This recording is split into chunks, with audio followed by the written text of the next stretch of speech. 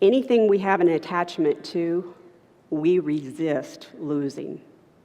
So if we have an attachment to a job, if we have an attachment to a person, if we have an attachment to a particular routine or habit, and we no longer have that, we're going to resist that. And we're going to, as a result of resisting, we're going to incur a loss.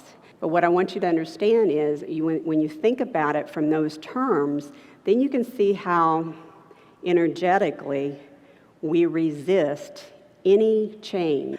We are set in our perceptions of reality. And our perceptions of reality sometimes can be flawed. So when we work with the resistance or the block energetically that we incur as a result of a loss, then we can help people move forward in a healthy way.